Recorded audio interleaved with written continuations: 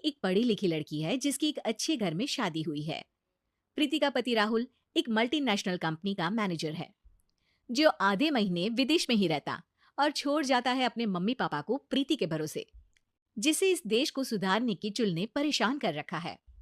Mummy papa, कल एक dog vaccination का शिविर है तो मैं वहीं पूरा दिन रहूंगी। आप मेरे लिए खाना मत बनवाना। अरे बेटा प्रीति, वो बाई तो काम छोड़कर परसों ही जा चुकी। एक नई बाई देखनी पड़ेगी। माँ, आप तो जानती ही हो ना कि मैं कितना बिजी रहती हूँ। अगर कल मैं नहीं गई तो कुत्ते एडॉप्ट ही नहीं हो पाएंगे।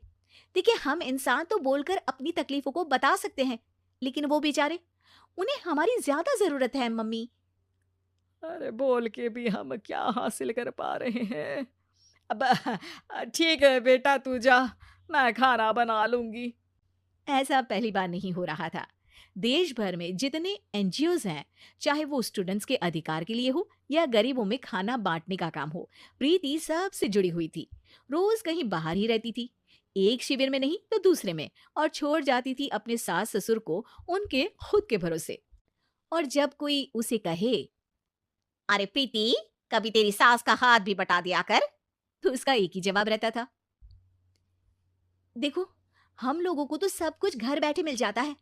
अगर आज मैं इस शिविर में नहीं गई तो पता नहीं कितने लोग सड़क पर आ जाएंगे। प्रीति को समझाना संभव ही नहीं था, और ये बात उसके सास ससुर भी मान चुके थे। इसलिए सुबह सुबह सास ही किचन में खाना बनाने जाती है और देखती है कि घर में सब्जियां खत्म है। अरे प्रीति बेटा, सुन तो जरा। क्या हुआ मम्मी? मुझे बहुत लेट हो रहा है, और आप तो जानते हो ना कि अगर मैं इस शिविर में नहीं गई तो। हाँ हाँ, कुत्ते अडॉप्ट ही नहीं हो पाएंगे, सब जानती हूँ। अरे पर घर में सब्जियां खत्म हो गई है। अरे जब तू वापस लौटे ना तब लेकर आना, ठीक है बेटा। ठीक है मम्मी, अ, चलिए मैं चलती हूँ। और हर बार की तरह प्रीति अपनी पार्टीज और आफ्टर पार्टीज में इतनी बिजी रह गई कि सामान लाना ही भूल गई।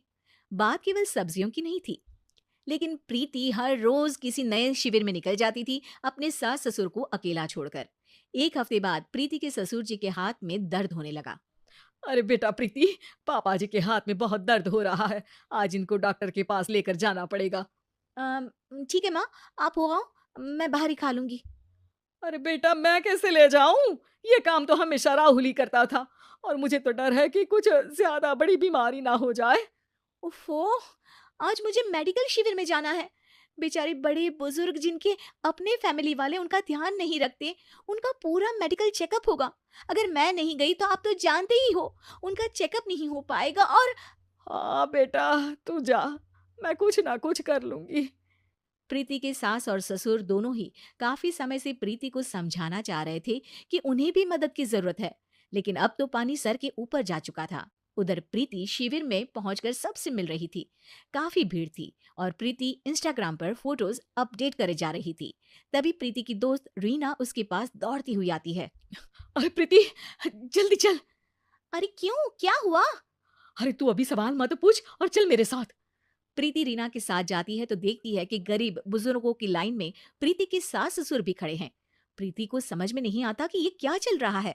उसके ऑर्गेनाइजेशन में सबकी नजर उसके सास ससुर पर थी, और प्रीति को लगा कि बात उसकी इज्जत पर आ गई है। माँ, पापा जी, आप दोनों यहाँ क्या कर रहे हैं? आप तो जानते हो कि ये शिविर गरीबों की मदद करने के लिए बनी है, और आप इसका मजाक उड़ा रहे हैं इस तरह से लाइन में खड़े होकर। अरे बेटा, हम भले ही गरीब ना हो, पर जरूरतमंद तो है ही। हमारा भी कोई ध्यान रखने वाला नहीं है। मेरे पति के हाथ में दर्द है। मैंने सुना कि जरूरतमंद बुजुर्गों का यहाँ फ्री में इलाज हो रहा है, इसीलिए चले आए। अ, नहीं, मतलब मैं तो। प्रीति को समझ में आ गया था कि समाज को संभालने से पहले उसे अपना घर संभालना चाहिए, और वो सर झुकाकर